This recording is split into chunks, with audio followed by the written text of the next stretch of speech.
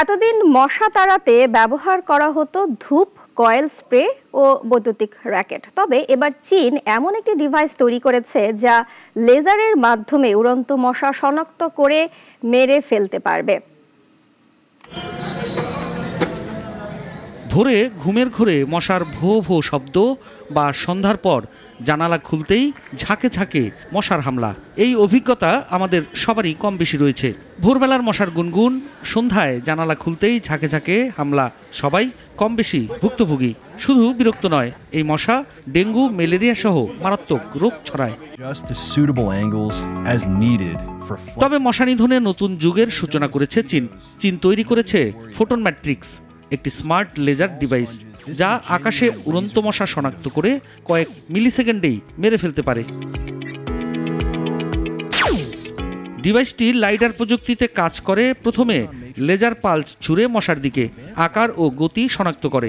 এরপর গ্যালভোনোমিটার নিয়ন্ত্রিত লেজার তাৎক্ষণিকভাবে নিশানা ভেদ করে। অন্ধকার ঘরেও এটি কাজ করবে। প্রতি সেকেন্ডে সর্বোচ্চ 30টি মশা নিধনের ক্ষমতা রয়েছে। দুটি সংস্করণে আসছে ফোটন ম্যাট্রিক্স। বেসিক সংস্করণ 3 মিটার পর্যন্ত আর প্রো সংস্করণ 6 মিটার পর্যন্ত কভারেজ দেয়। মানুষ ও পোষা প্রাণীর নিরাপত্তায় রয়েছে মিলিমিটার ওয়েভ রাডার, যা মানুষ থাকলে লেজার বন্ধ করে দেয়। ডিভাইসটি চলে ওয়াল সকেট বা রিচার্জেবল পাওয়ার ব্যাংকে।